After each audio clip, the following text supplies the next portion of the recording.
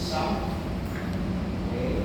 And itong blue line, low pressure side, which is main two-coil system.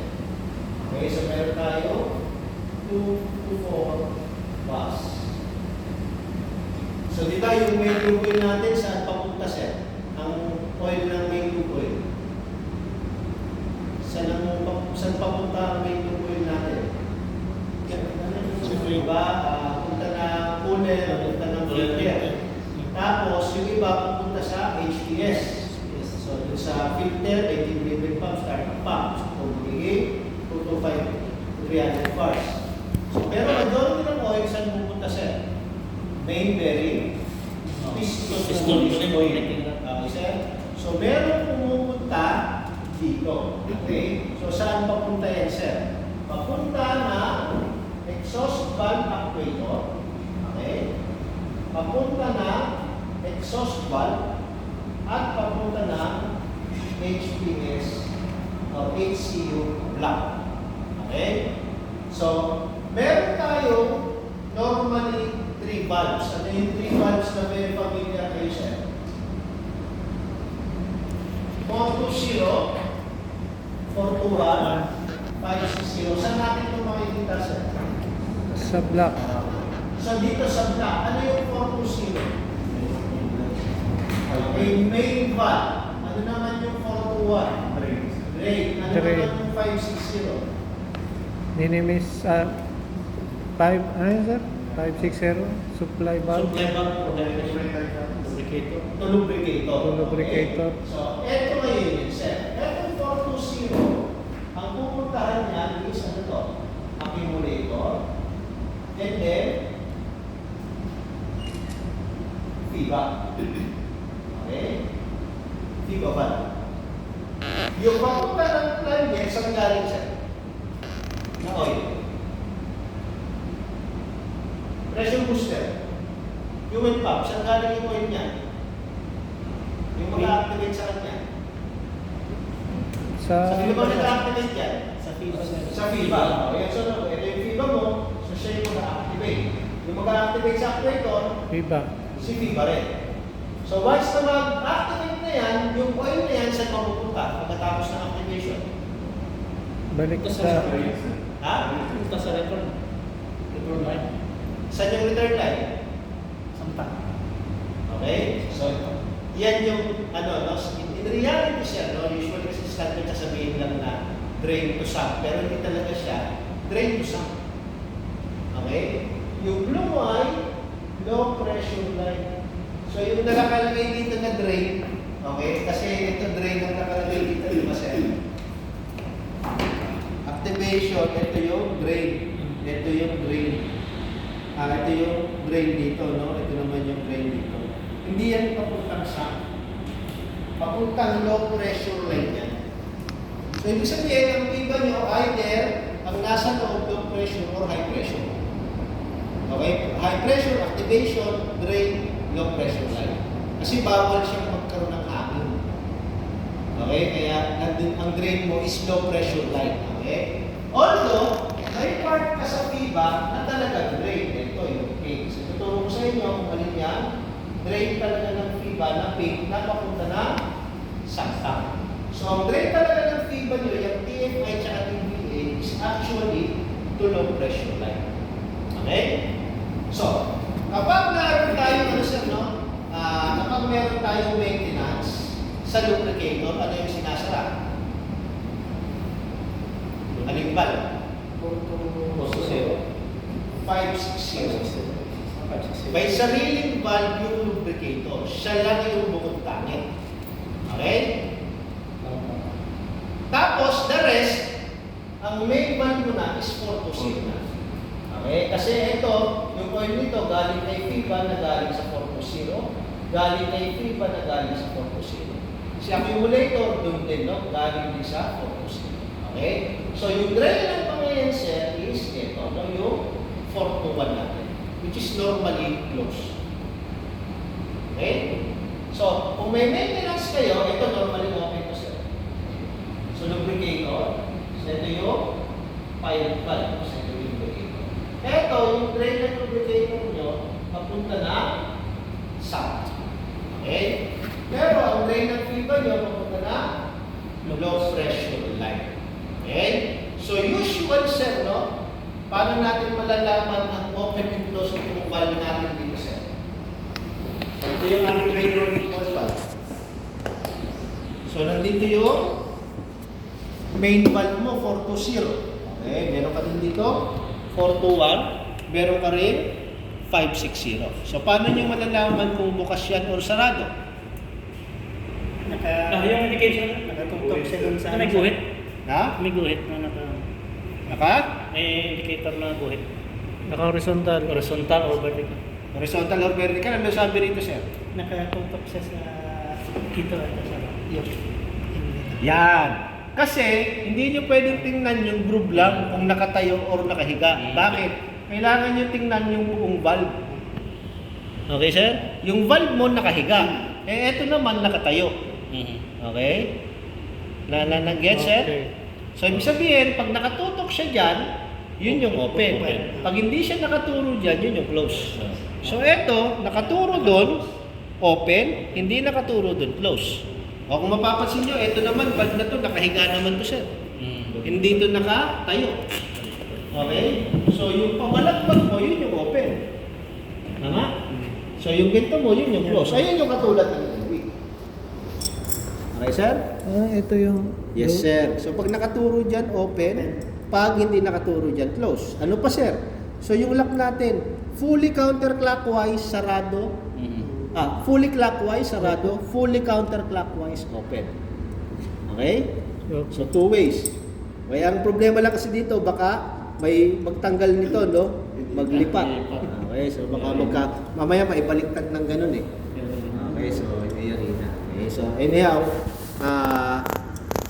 marking no, valve, okay sa kanan. Wala tong handle sir, no? Talagang naka-design niya na walang handle. Ano naman ang purpose nito? Mini-mesh. Para saan siya, sir? Measuring point, no? Magkakabit ka ng hose tsaka gauge para ma-check niyo yung inyong pressure. Okay?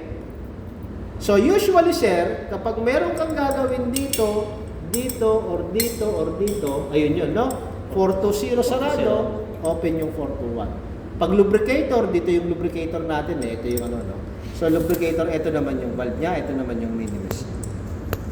Okay, so wala naman siyang drain kasi ang drain mo yung solenoid na.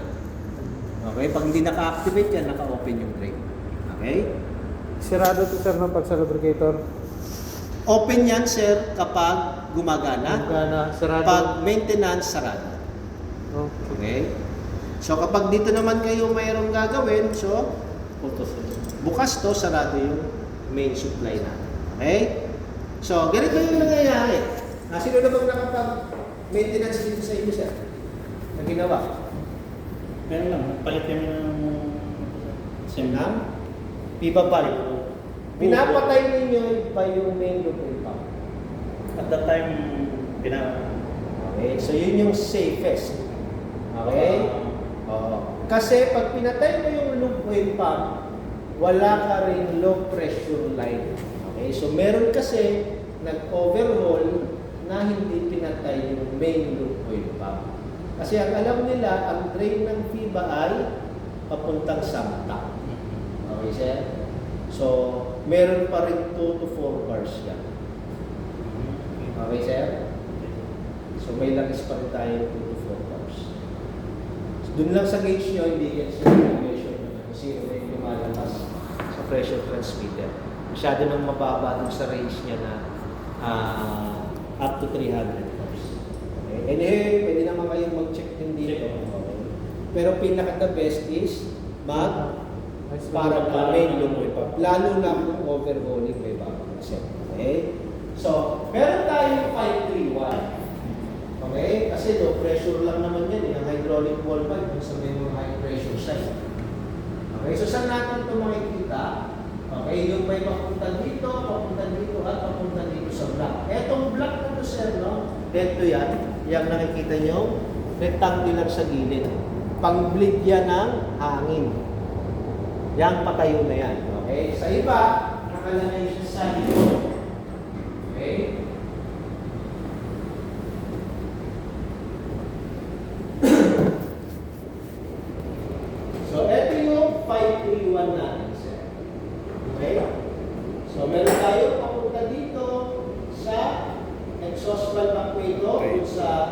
upper part niya, meron papunta dito sa block, ito, para dun sa blip, para sa rating natin. At may isa pa dito papunta na exhaust valve. Okay? Kasi dun sa loob ng exhaust valve yun, may oil din sa loob yun. So may in yun, may out yun. Okay?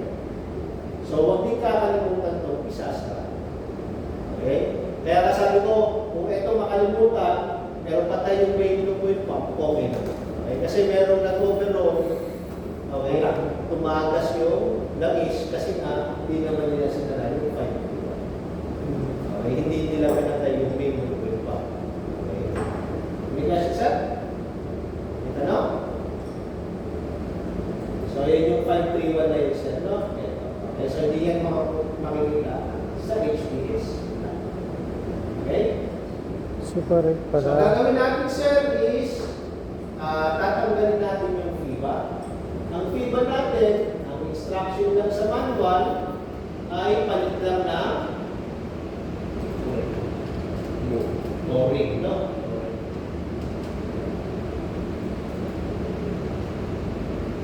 So, ginagawa lang dito, sir, is tinatanggal lang yung mooring. Okay. So, yun lang. Palit lang dito, tapos kayo. Okay? Or kung kayo ay magpapalit na lang. Okay? So dito, babaklasin natin para mas naiintindihan natin siya. So sa barko, pwede nyo siyang paklasin para maimbestiga kung anong problema niya.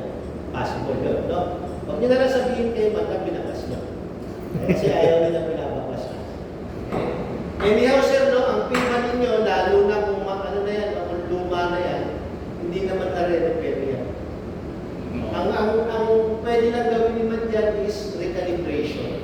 Pero pag lumaki na yung clearance niyan, wala na yung silbi. Okay? So yung iba talaga, kung medyo nasa 10 to 15 years old na yung makina ninyo, yung barko ninyo, baka may makita kayong mga expert na naman. Kasi hindi naman nailalan yan. Although may iba sabi nilalan daw nila. Kaya alam, hindi ko makita yung point ko anong gagawin ni May. Nung time kasi sa amin, underwater. Okay, sir? Set talaga pag magpalit sir, no? Kahit sensor or kuan. Buo talaga, no?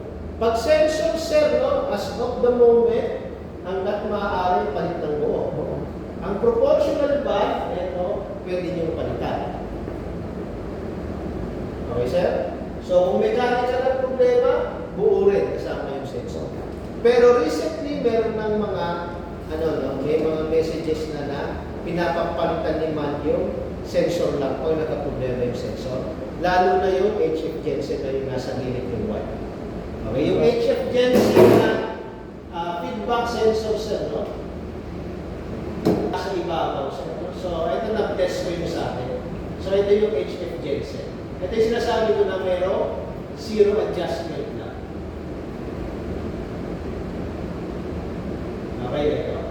So, normally may naka-cover na itim kasi dyan. Okay. So, ito yung narinig ko na pwedeng palitan yung feedback sensor. Okay, so calibrated na to dun sa sa FIBA nito. Okay, usually yung calibration part kasi dun sa maximum. Ito kasi ang calibration ito dun sa gitna. Yung start ng fuel injection. I-explain ko naman sa inyo kung saan yung calibration. Although hindi naman tayo nagkamali.